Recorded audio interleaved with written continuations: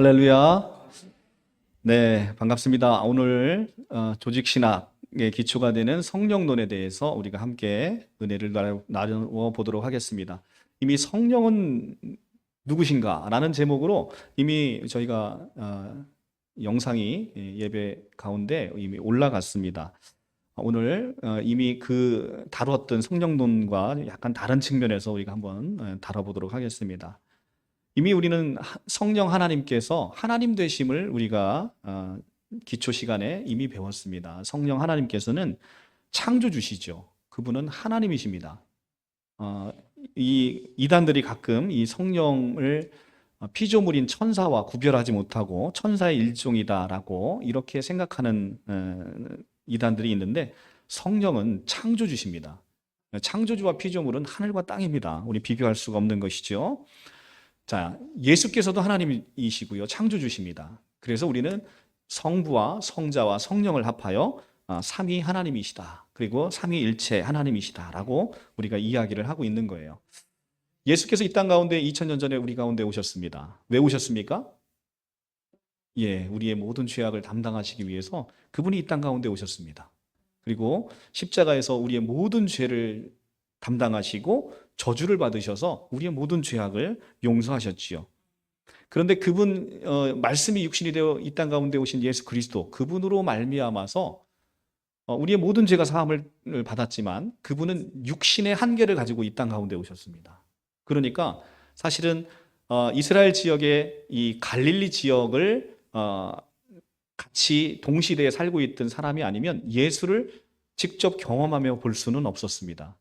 그분은 하나님이시기 때문에 시공간을 초월해서 모든 일을 구원하실 만큼 그분의 십자가의 죽으심은 위대한 사건이고 또 시공간을 초월하는 전 우주적 사건이지만, 그분을 실제 육체적으로 직접 보고 경험한 것은 예수님의 12제자와 그 당시 살아있던 유대인들이었죠. 그런데 예수께서 이젠 내가 아버지께 가는 것이 너희에게 더 유익이다라고 말씀하시고 떠나셨습니다. 그리고 내가 또 다른 보혜사를 너희에게 주겠다라고 이야기를 했습니다. 또 다른 보혜사를 주시겠다라고 말씀하신 건 예수께서 이 땅에 계실 때 보혜사로서 우리를 돕는 자, 우리의 헬퍼라는 거예요. 우리의 카운셀러가 되셨다는 것입니다. 그래서 우리는 예수를 따르는 자에게 나아가면, 예수에게 나아가면 우리는 모든 것을 문제 해결함을 받음을 성경을 통해서 알게 되는 거죠. 예수께서 많은 귀머거리와 눈먼 자를 고치셨습니다. 우리가 세상 가운데 가면 눈을 뜨고 있는 자들이 있지만 그들이 얼마나 눈이 막히고 귀가 막혀 있는지를 복음을 전해보면 알 수 있습니다. 이 복음을 듣고 우리가 아멘할 수 있고 기뻐할 수 있다는 건 정말 놀라운 일이에요. 근데 많은 사람들에게 복음을 전해도 그들이 듣지를 못하고 이 눈이 열려 있지를 못합니다. 그래서 예수께서는 제일 먼저 그들에게 다니시면서 귀신을 쫓아내시고 그들의 눈을 고치시고 그들의 귀를 고치셔서 듣게 하시고 보게 하신 것이죠.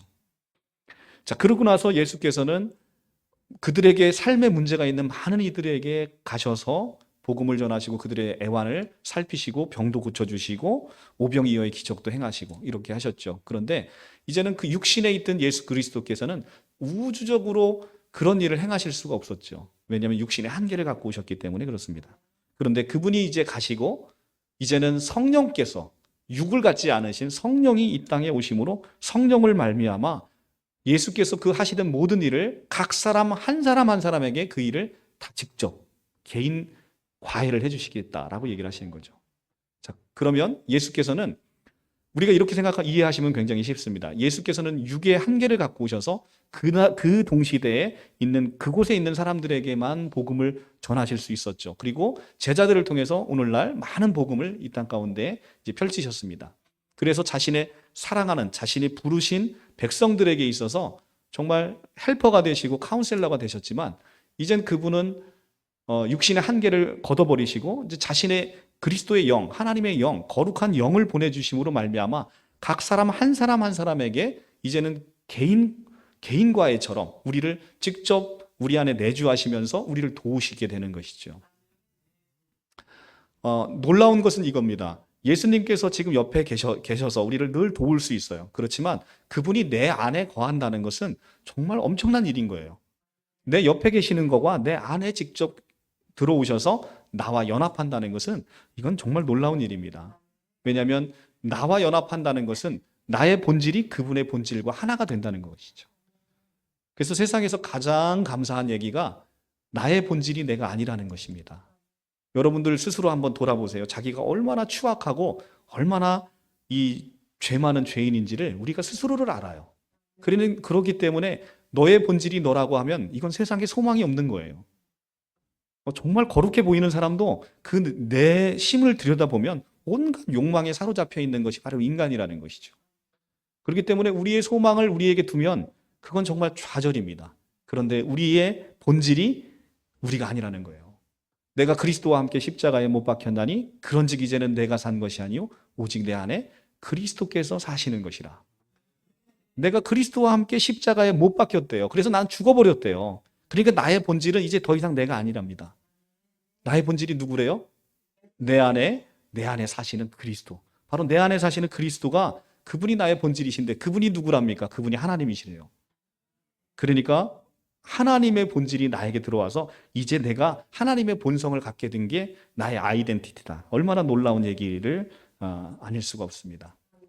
우리는 신앙인으로서 나는 역사적 예수를 직접 몸으로 체험하지 못했어요. 그렇지만 성령을 통해서 그리스도의 영을 통해서 그분의 영이 그리스도 2000년 전에 살다 가신 그분의 영이 우리 안에 들어오심으로 말미암아 그분의 영이 그분을 가장 잘 알지요. 그분의 영이 나에게 들어오심으로 말미암아 하나님과의 관계를 맺게 되는 것이고 그분의 자녀가 되는 것이고 또 예수와 우리가 연합이 돼서 그분은 우리의 신랑이 되고 우리는 그의 신부가 되는 놀라운 하나님과의 아름다운 관계가 시작이 되는 것입니다. 그 일의 역할을 누가 하신다? 바로 성령께서 하신다는 거죠. 성령은 거룩한 영이라고 제가 말씀드렸죠. 일단 우리가 성령을 받는다. 오늘 사도행전에서 예수께서 내가 또 다른 보혜사를 너에게 보내겠다라고 얘기하면서 오늘 성경의 본문으로 그 말씀이 성취되어서 일어나는 것을 우리가 보게 됩니다. 자, 사도행전 2장 1절에서 4절 오늘의 본문을 한번 보겠습니다. 2장 1절 오순절날의 이름에 그들이 다 같이 한 곳에 모였더니 호련히 하늘로부터 급하고 강한 바람 같은 소리가 있어 그들이 앉은 온 집에 가득하며 마치 불의 혀처럼 갈라지는 것들이 그들에게 보여 각 사람 위에 하나씩 임하여 있더니 각 사람 위에 하나씩 성령께서 전부 다 임재하고 계시는 거예요. 그래서 그들이 다 성령 충만함을 받고 성령이 말하게 하심을 따라 다른 언어들로 말하기를 시작하니라. 이것이 예수께서 보내주겠다고 하는 또 다른 보혜사입니다. 또 다른 보혜사가 이렇게 바로 예수님께서 부활하시고 40일 동안 함께 계시다가 승천하시면서 오순절 날에 그리고 예수님이 승천하시고 곧바로 오신 것이죠. 곧바로 오셔서 내가 너희들에게 준다라는 그 보혜사 성령을 약속으로 성취시켜 주신 거죠. 신천지에서 이것을 오순절 성령은 진리의 성령이 아니다라고 이야기를 하고 있습니다. 그런데 우리가 사도행전 바로 뒷장만 넘어가면 바로 이것이 예수께서 약속한 성령임을 알 수 있습니다. 2장 33절입니다. 2장 33절. 우리 다 같이 합독하겠습니다. 시작. 하나님이 오른손으로 예수를 높이심에 그가 약속하신 성령을 아버지께 받아서 너희가 보고 듣는 이것을 부어 주셨느니라. 아멘. 분명하게 나와 있죠. 하나님이 오른손으로 예수를 높이심에 그가 약속하신 성령을, 그가 누굽니까? 예수잖아요. 예수께서 약속하신 성령을 아버지께 받아서 너희가 보고 듣는 이것을 지금 부어주고 있다라고 얘기하시는 거죠. 그러니까 이 오순절 성령이라는 게 바로 요한복음 14장 16절에서 내가 너희에게 보내주겠다고 하는 바로 그 성령이라고 지금 성경이 스스로 이야기하고 있잖아요. 그가 약속하신 성령, 그가 누굽니까? 예수잖아요. 예수께서 예수가 언제 약속했습니까? 바로 최후의 만찬 때 요한복음 14장 16절에서 내가 또 다른 보혜사를 너에게 보내주겠다. 그것이 지금 이렇게 놀랍게 성취돼서 우리에게 임재하고 있는 것입니다. 이래서 임재한 성령은 하나님의 모든 것을 우리에게 알려주십니다. 모든 것을 가르쳐 주시고 생각나게 하는 인격을 가지신 분이 바로 성령님입니다. 그래서 우리는 성령을 통해서 하나님의 깊은 것을 알게 되는 것이죠. 서울대를 수석으로 입학한 믿음 없는 형제가 성경을 잘 이해하겠습니까? 아니면 여러분이 성경을 잘 이해하겠습니까? 여러분이 훨씬 더 성경을 잘 이해합니다. 그것은 이게 사람의 머리로 이해할 수 있는 책이 아니라는 거예요. 서울대 수석으로 가도 성령이 알려주지 않고 성령이 계시하지 않으면 알 수가 없는 겁니다. 그런데 왜 성령이 오셨는데 우리는 모든 것을 알지 못하느냐? 이렇게 질문을 해요, 신천지인들이. 자, 그러면 우리 안에 성령이 태어나셨어요. 성령이 태어나셨는데 제가 늘 하던 비유처럼 우리가 아이가 태어났는데 아이에게 제일 먼저 뭘 먹여요? 모유를 먹이잖아요. 그 다음에 아이가 좀 자라면 이유식을 합니다. 이유식을 하고 나서 그 다음에 밥을 먹이고 그 다음에 고기를 먹여요. 이렇듯 갓 태어난 우리에게 있어서 성령께서 너무 놀라운 것을 확 알려주시면 우리가 그게 감당이 돼요, 안 돼요? 안 되는 거죠. 그러니까 마찬가지로 우리가 아이를 단계별로 키우듯 성령께서 우리에게 하나님의 깊은 것을 단계별로 알려주신다는 거죠. 예수님께서 베드로를 부르셨어요. 갈릴리 바닷가에서 고기 잡고 있는 베드로를 부르셨는데 베드로를 부르실 때 예수께서 만약에 이 베드로에게 야 베드로야 너 있잖아 내가 조금 있으면 십자가에 달려 죽을 것인데 너도 나처럼 십자가에 거꾸로 달려서 피가 철철 나게 죽으려고 내가 너를 부르는데 네가 나를 따라오려느냐? 라고 하시면 베드로가 예 예수님 제가 따라가겠습니다 라고 하시겠습니까? 바로 그거예요. 그러니까 우리가 성령의 깊은 것을 알려주는 것. 지금 우리가 이제 교회에 와서 예수의 이름으로 새롭게 태어났고 새롭게 태어나면 우리는 어린아이입니다. 어린아이의 신앙을 갖고 태어나요. 그때는 어떻습니까? 우리의 필요를 부르짖습니다. 어린아이가 배고프면 어떻게 돼요? 울어요. 그럼 부모가 와서 젖을 줍니다. 마찬가지 우리는 어린아이 신앙으로 태어났을 때는 끊임없이 하나님께 구합니다. 나의 필요를 구해요. 우리 아들이 지금 이제 대학을 가게 되는데 대학 좀 꼭 붙게 해달라고 구하기도 하고 우리 집에 먹을 것이 없다라고 해서 먹을 걸 구하기도 합니다. 너무나 당연한 거예요. 그런데 아이가 점점 자라서 장성해졌어요. 장성해졌는데 이제 직장도 잡아야 되고 결혼도 해야 되는데 그 자식이 지금도 앵앵 울면서 부모한테 밥 달라고 떡 달라고 그렇게 하는 그 자식이 있으면 부모에게 근심이 되지 않겠습니까? 그죠? 우리의 이 인생사가 하나님께서 우리에게 주는 이 성령의 역사와 너무나 놀랍게도 일치하고 있다는 것이죠. 그러면 우리가 하나님의 깊은 것을 알려면 어떻게 해야 되는 거예요? 내가 바로 때에 맞게 내 안에서 태어나신 바로 그리스도, 이 그리스도의 영이 정말 풍성하게 자라나야 되는 것이죠. 예수께서 자라나셔야 됩니다. 내 안에 있는 그리스도가 장성한 분량으로 자라나야, 그리스도가 장성한 분량으로 자라나야 비로소 우리는 하나님의 깊은 것을 깨달을 수 있다라는 것이죠. 자, 하나님의 깊은 것이라는 것은 바로 다름 아닌 예수 그리스도 자체입니다. 그분이 풍성하게 우리 안에서 자라나게 되면 우리는 하나님의 깊은 것을 알게 되는 것이고 하나님의 비밀을 알게 되는 거예요. 하나님의 비밀은 다른 게 아닙니다. 바로 예수 그리스도라고 골로새서 1장과 2장 2절에 명확하게 나와 있죠. 하나님의 비밀은 뭡니까? 바로 예수 그리스도. 그분을 아는 것은 하나님의 놀라운 비밀을 알게 되는 거예요. 그분께서 이제는 성령을 통해서 하나님의 깊은 것을 우리에게 알려주신다. 그래서 고린도전서에 가면 성령은 하나님의 깊은 것을 통달하시느니라 이렇게 되어 있어요. 그러니까 하나님의 깊은 것을 통달하는 주체가 사람이다, 성령이다? 성령이라는 것이죠. 성령이 하나님의 깊은 것을 통달하신 분이신데 그분이 우리 안에 오셨다는 거죠. 그분이 우리 안에 오셨지만 내가 지금 성경을 통달하지 못하는 이유는 나의 연약함이 그것을 감당할 힘이 되어지지 않는다는 거죠. 베드로의 그 연약함이 성령이 오시기 전에는 베드로는 예수님을 3번이나 저주하고 모른다고 부인했어요. 그렇죠. 그것은 우리의 연약함이라는 거죠. 우리의 연약함. 우리도 마찬가지예요. 성령이 우리에게 들어오지 않고 우리가 그리스도의 장성한 분량으로 불어나지 않으면 곧 환란이 오면 우리는 어떻게 된다는 거죠? 베드로처럼 곧 넘어지게 된다는 거죠. 그런데 예수께서 성령의 충만함을 우리에게 부어주시면 우리는 날마다 새롭게 되는 그 능력으로 인해서 성령의 능력으로 말미암아 우리는 이제 놀라운 권세를 갖게 되는 거죠. 오늘 그래서 성경 본문도 그렇게 얘기하잖아요. 4절에 보면 그들이 다 성령의 충만함을 받고 성령이 말하게 하심을 따라 다른 언어로 말하기를 시작하니라. 이 역사가 누구의 역사라는 겁니까? 바로 성령의 역사라는 거죠. 성령의 충만함을 먼저 받아야 됩니다. 성령의 충만함이 없이는 그것이 우리의 자랑이 되는 거예요. 우리가 성령의 충만함이 없이 교회에서 봉사를 하게 되면 그게 누구의 자랑이 돼요?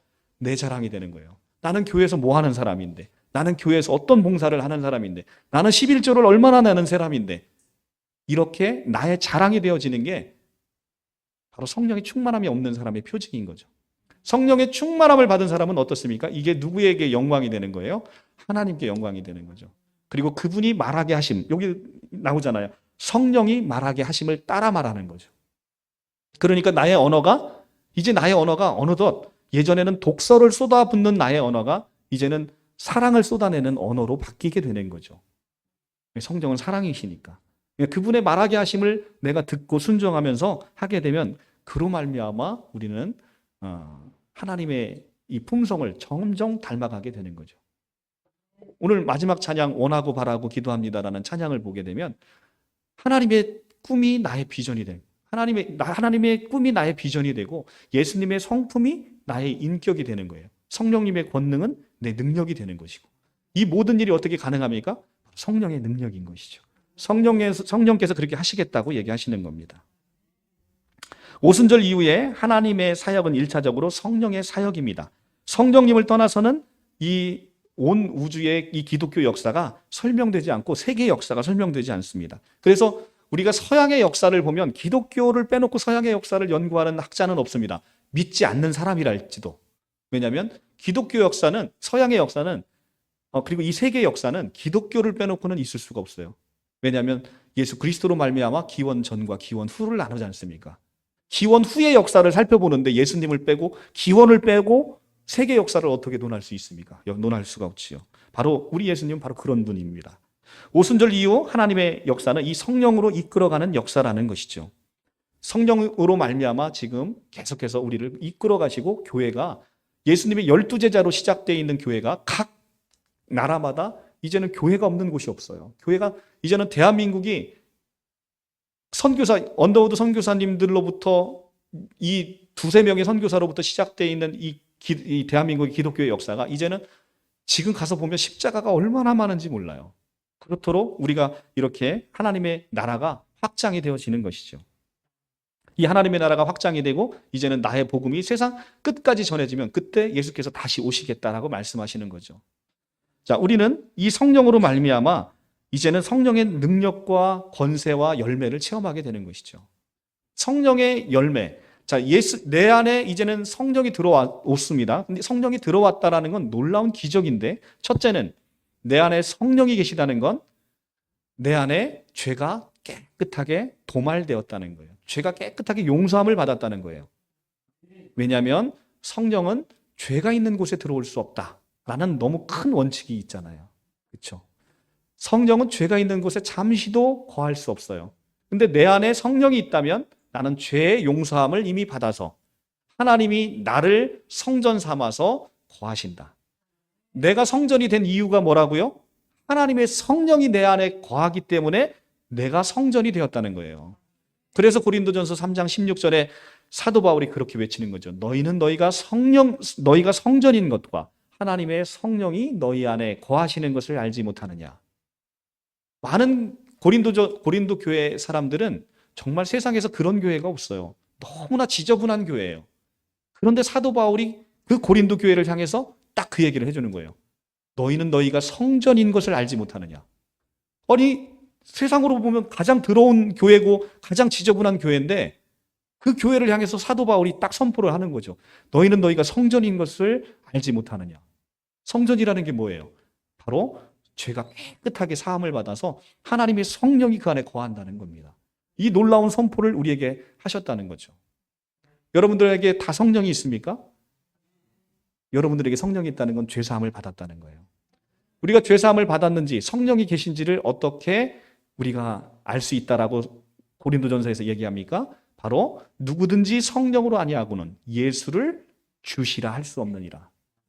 예수를 주시라 내가 고백하는 것, 이것은 성령의 일이라는 겁니다. 성령으로 아니하고는 누구든지 예수를 나의 여호와 나의 주님으로 섬길 수 없다는 거예요. 내가 그렇게 고백하게 되는 것은 내 안에 있는 성령의 역사라는 거죠. 그러니까 여러분들은 여러분 안에 내가 예수를 여호와로 고백하는지, 예수를 나의 주님으로 고백하는지를 내 마음속에서 한번 고백해 보시기 바랍니다. 그러면 여러분 안에 죄사함이 깨끗하게 죄사함이 있다는 것을 우리가 알게 되는 거예요. 자, 이래서 우리는 성령이 내 안에 계시는지를 알 수 있게 되는 거죠. 두 번째, 성령이 우리 안에 거하게 되면 성령에는 나타나는 열매가 있다는 거예요. 우리가 갈라디아서를 한번 보겠습니다. 갈라디아서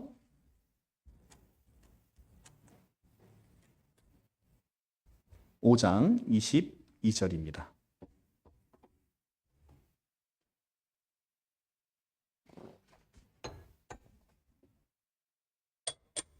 (5장 22절)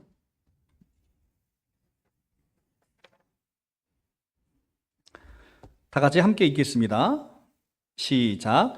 오직 성령의 열매는 사랑과 희락과 화평과 오래 참음과 자비와 양선과 충성과 온유와 절제니 이 같은 것을 금할 법이 없느니라. 아멘. 오직 성령의 열매는 뭐랍니까? 첫째, 사랑, 희락, 화평, 오래 참음, 자비, 양선, 충성, 온유, 절제. 이렇게 9가지의 열매가 성령의 열매로 우리에게 맺히게 된다는 거예요. 야, 근데, 야, 큰일 났다. 나는 아직 사랑이 없는데? 나는 아직 기쁨이 없는데? 나는 아직 참을성이 별로 없는데? 아직 나는 뭔가 온유한 마음이 없는데? 큰일 났다. 걱정하지 마십시오. 이 사랑의 열매를 하나님께서 여러분에게 주시겠다고 약속하는 거예요. 이 열매가 여러분 안에 맺히게 된다고 하나님이 약속하시는 거예요. 자, 갈라디아서 우리 조금만 여기 손을 끼고요. 다시 갔다 올게요. 바로 앞에 보면 3장 15절, 16절을 한번 보겠습니다.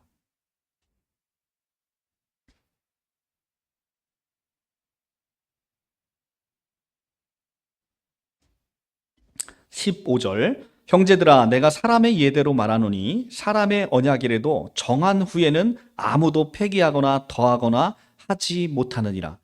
자, 사람의 언약도 한 번 정한 후에는 아무도 폐하거나 더하거나 하지 못한다죠. 그죠? 그러니까 우리가 계약서에 도장 찍으면 도장 찍기 전에 어떻게 해야 돼요? 법률 전문가에게 자세히 알아보고 도장 찍기 전에, 계약금 걸기 전에 도장 신중하게 알아보고 도장 찍어야 되죠. 사람의 약속도 이렇게 구속력이 있어요. 하물며 하나님의 약속은 어떻습니까? 하나님의 약속은 변치 못하는 것이죠. 하나님은 약속하는 순간 이미 우리에게 하나님은 구속을 당하십니다. 그런데 지금 뭐라고 얘기하십니까? 오직 성령의 열매는 사랑과 희락과 화평과 오래 참음과 자비와 양선과 충성과 온유와 절제다라고 얘기하면서 이 성령의 열매를 내가 너희에게 주겠다라고 약속을 하시는 거예요. 그러니까 우리에게는 이제는 예수 믿고 어떤 현상이 벌어져요? 정말로 포악했던 사람이 이제는 인자한 모습으로 사랑이 넘치게 되고, 그리고 정말 얼굴 보면 근심이 가득한 사람이 희락과 화평이 넘치게 되는 거예요. 근데 예수 믿었는데 근심이 점점 깊어져. 예수 믿었는데 막 전도 못 해가지고 그냥 막 끙끙 앓아. 얼굴이 보면 죽을 똥을 싸고 있어요, 막. 예? 우리 신천지인들 보면 신천지 한 10년, 20년 있다 보면 얼굴이 완전히 근심과 걱정으로 가득합니다. 나 제사장 못 될까봐. 그냥 막 근심과 걱정이 가득해요. 이게 성령의 역사가 아니라는 거죠. 우리가 이제 예수를 믿게 되면 얼굴에 근심과 평안과 행복이 가득 넘쳐난다는 거예요. 그리고 막 돕고 싶어지는 거, 막 돕고 싶어져요. 그렇죠? 우리 교회에서 제가 누굴 봉사를 시켜서 하시는 분이 아무도 없어요. 그냥 다들 그냥 자신들이 은혜 받으셔서 청소하시고 식당 봉사하시고 오셔서 이 교회 청소도 하시고 너무나 아름다운 모습이 내 안에서 스스로 저절로 나타나잖아요. 그죠? 아니 근데 저를 보세요. 제가 원래 참 이런 성품이 아니에요. 근데 제가 왜 여기서 돈 10원 하나 받지 않고 이렇게 여러분들 위해서 저녁에 퇴근하면 원서 쫙 보면서 막 원어 성경 보면서 성경 공부하고 왜 이러고 있습니까? 내 안에 지금 성령의 열매가 나타나서 이게 지금 주체가 안 되는 거예요. 여러분들한테 전해주고 싶어서. 이런 마음이 내 안에서 이걸 누가 시킨다고 할 수 있겠어요? 이 힘든 일을? 못합니다. 이건 성령의 역사가 나타나서 여러분들에게 이렇게 공급하는 것이죠. 그러니까 여러분들도 이렇게 된다는 거예요. 그러니까 지금 저 보십시오. 우리 교회에서 오시면 전부 다 여기 인천에서 오셨죠. 충주서 오셨죠. 뭐 정말 서울서 오시죠. 유정이는 뭐 포항에서 오시죠. 막 오시잖아요. 그 멀리서. 2시간씩 와가지고 이게 누가 시킨다고 이게 될 일이냐고요. 안 되는 거예요. 내 안에 성령께서 성령의 열매를 맺게 하시기 위해서 우리 안에 말씀을 통해서 사랑을 주시고, 말씀을 통해 희락을 주시고, 말씀을 통해 평강을 주시고, 온유를 주시고, 절제를 주시는 거죠. 우리는 그것을 믿고 나아가는 것이, 그게 바로 신앙생활이라는 것입니다. 그 일을 누가 하신다? 성령께서 하신다. 우리가 모든 것을 교회에서 우리가 해나가는 것 같잖아요. 절대 아니라는 거죠. 너희 안에서 행하시는 이는 하나님이시니 자기의 기쁘신 뜻을 위해서 너희 마음 가운데 소원을 두고 행하게 하시나니. 우리 안에서 행하시는 이는 누구랍니까? 하나님이신 거죠. 성령 하나님이시고요. 우리 안에서 우리를 이끌어 가시는 것은 성령 하나님께서 우리를 이끌어 가시는 것입니다. 그래서 사실은 예수님과 성령님, 그 성부 하나님의 놀라운 그 구원의 계획 가운데 사실은 우리가 이제 예수 십자가, 이제는 지금 저희가 사순절을 지금 2번째 주일 지나고 있는데, 사순절을 통해서 이제 곧 십자가의 죽으심이 있어요. 그리고 십자가의 죽으심 다음에 3일 동안 장사되심이 있어요. 장사되심 다음에 뭐가 있습니까? 우리가 찬란하게 기다리는 부활의 아침이 있어요. 부활이 있고 난 다음에 이제는 예수님은 승천하십니다. 승천하신 다음에 있게 되는 사건이 바로 오순절 성령의 강림 사건이에요. 그러니까 지금 예수님의 이 여정을 쭉 보면, 노정을 보면 지금 뭘 향해 달려가는 거예요? 바로 오순절 성령을 보내주실 것을 향해서 쭉 달려가시는 거죠. 그래서 이 오순절 성령의 강림 사건은 정말 놀라운 사건이라는 거죠. 하나님이 나와 하나가 되는 놀라운 사건인 거예요. 그것이 예수 그리스도의 보혈의 공로와 십자가의 부활로 말미암아서 이제는 예수님만 갖고 있었던 그 생명을 우리에게 주심으로, 우리가 생명이 다르면 하나가 될 수 없잖아요. 그 예수의 생명을 우리에게 주심으로 오순절 강림 사건을 통해서 진짜 하나님과 내가 완벽하게 연합이 되는 놀라운 사건이 일어난다는 거예요. 그것을 성경은 결혼이라는 것을 통해서 우리에게 표명하고 있는데, 사람의 결혼은 어때요? 살기 싫으면 요즘 젊은 사람들은 많이 헤어지잖아요. 그죠? 그런데 하나님과의 연합은 결혼이라는 제도를 빗대서 설명했지만 인간의 결혼하고는 차원이 다른 거죠. 이제는 뗄래야 뗄 수 없는 놀라운 연합. 그리고 하나님의 그 모든 것이 나의 것이 되고, 나의 더러움은 하나님에게 가는, 서로 등가되는, 하나님의 좋은 것은 다 나에게 오고 나의 모든 어그러진 것은 하나님에게 전가되는 놀라운 연합이 이루어져서, 그래서 깨끗하게 하나가 되는 이 놀라운 연합의 신비가 성령으로 말미암아 이루어지게 됐다는 것입니다. 그래서 오순절 성령 사건은 굉장히 중요합니다. 그래서 오순절은 바로 예수님의 모든 사역의 절정이다 라고 해도 과언이 아닙니다. 그리고 오순절의 강림 사건은 이전의 사건들의 연속이 아니라 이제 새로운 시작입니다. 이제는 성령으로 말미암아, 우리가 예전에는 구약시대는 어떻습니까? 바로 구약시대는 율법을 지켜서 구원을 받으려고 하는 유대인들의 그 방식대로 많은 사람들이 그 방식으로 구원을 얻는다고 생각을 했어요. 그런데 바로 이 성령을 통해서, 이제는 성령을 통해서 우리는 이 그리스도를 믿고 내 안에 성령을 받음으로 그 믿음을 통해서 우리가 구원을 받게 되는 놀라운 일이 가시적으로 보여지는 거예요. 물론 구약시대도 오실 메시아를 믿는 믿음으로 구원을 받게 되는 거예요. 율법을 지켜서 구원을 받는 것을 주시긴 하셨지만, 율법을 통해서, 율법을 지켜서 구원받는 사람은 단 한 사람도 없었다. 그러니까 구약 성도의 모든 성도도 오실 메시아 예수 그리스도를 통해서 구원을 받게 되는 것이지만, 그것의 시작점은 무엇으로 시작된다? 바로 성령의 강림 사건으로 이제는 그 일이, 놀라운 일이 시작되게 되었다는 것입니다. 그리고 성령의 강림 사건은 예수님의 제자들에게 이제 새 언약의 시대를 의미하게 되는 거죠. 새 언약의 백성이 태어나게 되는 거예요. 새 언약의 백성으로 이제는 지음받는 게 뭐예요? 우리가 새로 태어나는 일이 무엇으로 됐습니까? 바로 성령으로 됐다는 거죠. 여러분들이, 우리가 구원의 서정을 통해서 여러분 중생을 배웠잖아요. 예정, 소명, 중생. 중생이 뭡니까? 새로 태어났다는 거예요. 진짜 하나님이 여러분을 낳았어요. 진짜 하나님께서 children born of God, 하나님이 실제로 낳은 사람들이 바로 여러분인 거예요. 그러니까 실제로 하나님이 여러분을 태어나서 태어나게 되는 순간 하나님의 모든 생명이 우리에게 오게 되고 하나님의 모든 존귀, 위엄, 영광, 머리대심, 통치, 주권, 권능이 다 여러분에게 주어졌다는 거죠. 이것이 바로 자녀의 특권인 거죠. 제가 늘 그랬죠. 제가 자기 전에 30분 동안 꼭 TV 드라마를 보고 잔다고. 이것이 이제 제 머릿속에 있는 모든 잔상을 지우는 것인데 어제는 드라마를 딱 봤는데 현재는 아름다워라는 예전에 이제 끝났다는 거예요. 그걸 봤는데 거기서 놀라운 얘기가 나와요. 제가 오늘 그래서 그걸 딱 듣는 순간 내일 설교 시간에는 저 얘기를 하면 되겠구나. 제가 딱 했는데 거기서 무슨 얘기가 나오냐면 아버지가 일찍 그 주인공의 아버지가 있는데 그 아버지의 아버지가 일찍 돌아가시고 이 아버지가 양부 밑에서 컸어요. 근데 양부가 너무 좋으신 분이에요. 근데 친부께서 남겨놓은 재산이 있었는데 작은 아버지라는 사람이 딱 나타나서 그 재산이 너는 이제는 양자로 갔기 때문에 그건 네가 가질 자격이 없다라고 하면서 그걸 뺏으러 와요. 근데 그 변호사인 그 아들이 딱 그 얘기를 해줍니다. 부모 자식지간 그래서 이제 이 아버지가 굉장히 갈등해요. 내가 이걸 줘야 되나 말아야 되나. 그런데 그 갈등하는 가운데 이걸 내가 줘야 되겠다라는 생각을 많이 가졌던 모양이에요. 그 아버지가. 왜 그러냐면 자기는 자격이 없다고 생각하는 거예요. 근데 그 변호사인 아들이 딱 나타나서 하는 얘기가 부모 자식 지간에는 자격이 필요 없는 것이다. 아들이라는 이름하로 그 아버지의 모든 것은 바로 자식에게 넘어오게 되는 것이다. 라는 놀라운 얘기를 해요. 바로 우리가 그 관계 속으로 들어간 거예요. 우리가 하나님과의 그 관계 속으로 들어가게 된 거예요. 그러니까 하나님의 관계 속에 나는 아들이 됐으니까 하나님의 모든 것은 이제 좋든 싫든 다 내 것이 되는 거예요. 성경은 바로 그 얘기를 하고 있는 겁니다. 우리 아버지가 누구다?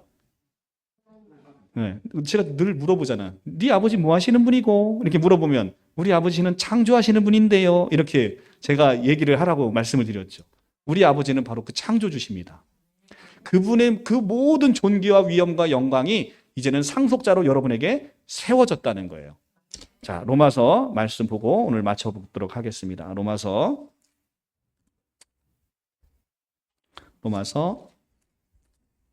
신약성경 8장 14절입니다.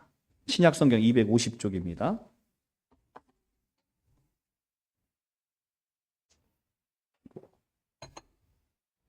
신약성경 8장 14절.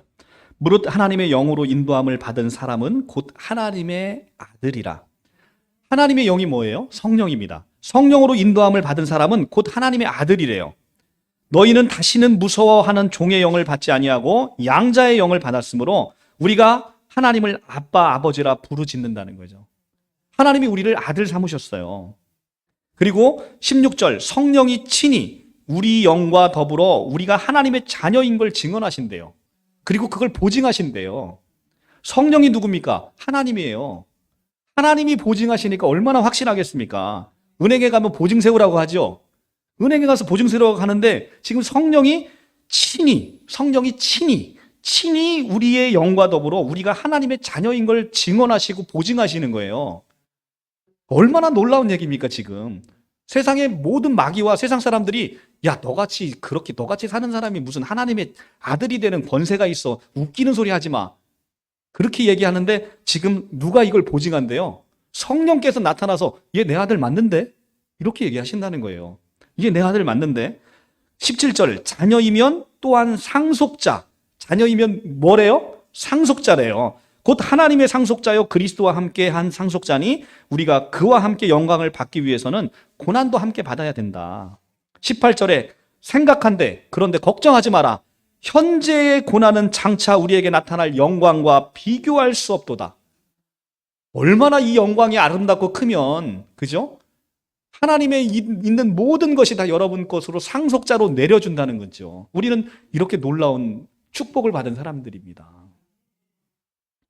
하나님이 보증을 쓰시고 이 놀라운 축복이 우리에게 오겠다라고 하나님이 약속하시고 성령을 보증으로 보내주셔요. 그러니까 하나님과 자녀가 되는 것은 자격의 문제가 아니다는 거죠. 이건 이미 자녀가 됐다라고 선포가 되면 내가 하나님 걸 무엇을 받는 데는 이제는 우리에게 자격이 필요 없습니다. 그냥 그분 건 다 내 거예요. 이거 얼마나 부자입니까, 여러분들? 이 부유함 속에서 나오는 것이 바로 사랑이고 희락이고 양선이고 온유고 절제입니다. 우리는 그 열매로 사는 거예요.